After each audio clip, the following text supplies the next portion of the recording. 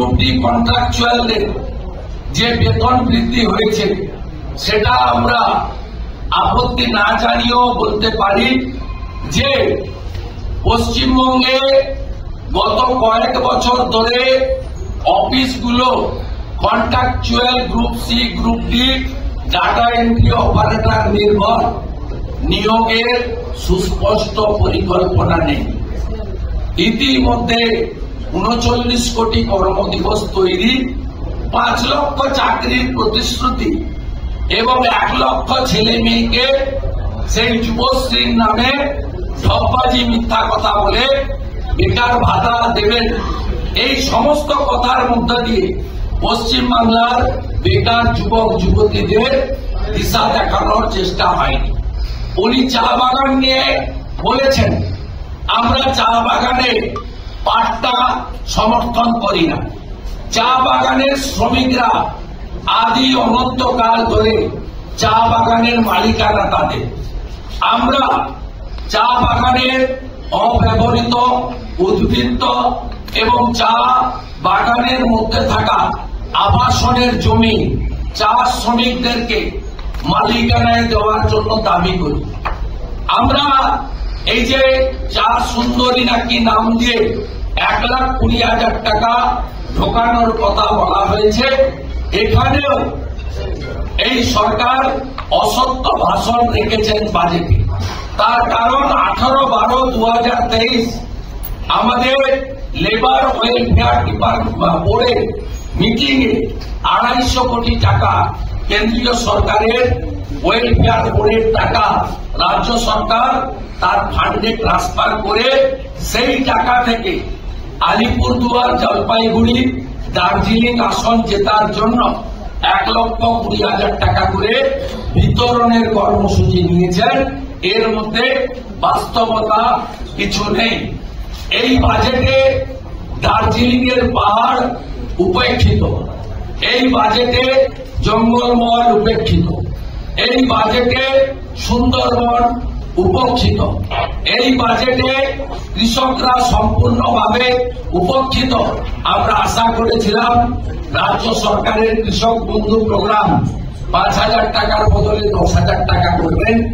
আমরা আশা করেছিলাম উত্তরপ্রদেশের মতো ৬,০০০ টাকা পিএম কিষাণ সম্মান নিধি আরো ৬,০০০ রাজ্য দিয়ে ১২,০০০ টাকা করবেন। তাই কৃষকদের জন্য একটাও এই সরকার এই বাজেটে কোনো প্রভিশন রাখেনি।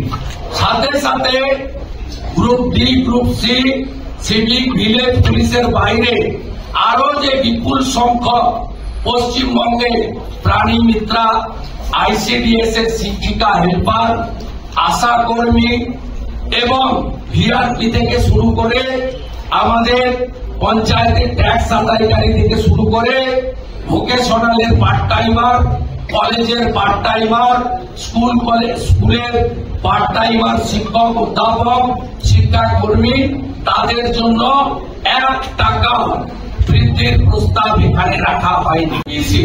মন্ডল কমিশনের লড়াইয়ের ফসল ওবিসিদেরকেও আলাদাভাবে তাদের জন্য কোনো পরিকল্পনা বরাদ্দ এই বাজেটে নেই। শুধু তাই নয়, ইডব্লিউএস ইকোনমিক্যালি উইকার সেকশন, যেটা নরেন্দ্র মোদীজি 10% রিজার্ভেশন দিয়েছেন, যারা আপার ক্লাসের অর্থনৈতিকভাবে বঞ্চিত, তাদের জন্য কোনো বরাদ্দ এই বাজেটে কোনো ঘোষণা নেই। শুধু তাই নয়, গোর্খা, তামাং, ভুটিয়া, রাই, লেপচা জনজাতিদের বিভিন্ন যে গ্রুপ রয়েছে তাদের জন্য অথবা কুর্মী সম্প্রদায়ের জন্য একটাও কোনো প্রতিশ্রুতি নেই। অথচ কুর্মী উন্নয়ন বোর্ড, আদিবাসী উন্নয়ন board, Lepcha board, Bhutia board, Tamang board, Gorkha board, নানা বোর্ড হয়েছে। ১ টাকাও বাজেটে এবারে এই বিভিন্ন ধরনের আমাদের যে কমিউনিটি, তাদের যে বোর্ড রাজ্য সরকার বিভিন্ন সময় ভোটের সময় তৈরি করেছিলেন, একটাও প্রতিশ্রুতি নেই। হসপিটাল আপগ্রেডেশন, শিক্ষা দপ্তর, শিক্ষা প্রতিষ্ঠান আপগ্রেডেশন, আধুনিক শিক্ষার কথা কোথাও নেই। আর গঙ্গাসাগরের ব্রিজ এই ব্রিজের জন্য যে বরাদ্দ হয়েছে এই বরাদ্দ জলের অনেক নিচে চলে যাবে। শুধুমাত্র ভোটের আগে শিলান্যাস করতে চান উনি কপিল মুনিকে ভাঙাতে চান, তাই জন্য এই মিথ্যাচার।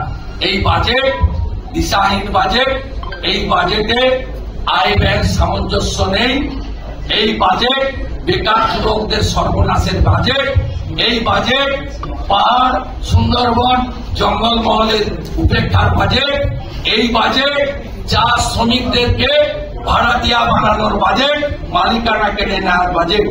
আমরা এই বাজেটের তীব্র বিরোধিতা করছি এবং আগামীকাল বাজেট বিতর্কের সূচনা ডক্টর অশোক লাহিড়ী করবেন। আগামী শনিবার বাজেট বিতর্কের শেষ দিনে আমি পার্টিসিপেট করব। আমাদের অন্যান্য বিজেপি বিধায়করা 180 মিনিটের মধ্যে 170 মিনিট বাজেটে ডিসকাশন করে এলোবরেটলি বিস্তারিতভাবে আমরা সেখানে হাউসে তুলে ধরব। সাথে সাথে মনোজ টিগ্গার নেতৃত্বে আমাদের বিধায়করা প্রত্যেকটি ডিপার্টমেন্টের এগেনস্টে কার্ড মোশন জমা দেবে এবং আমরা ভয়েস ভোটে নয়, আমরা ভোটিং এর মাধ্যমে শনিবারে বাজেটের বিরুদ্ধে জনগণের পক্ষে একমাত্র বিরোধী দল নো সেটিং অপোজিশন বিজেপি আমাদের যে আপত্তি আমরা রেকর্ড করানোর চেষ্টা করব। যদি স্পিকার ভোটাভুটি পর্যন্ত যান, তাই আমার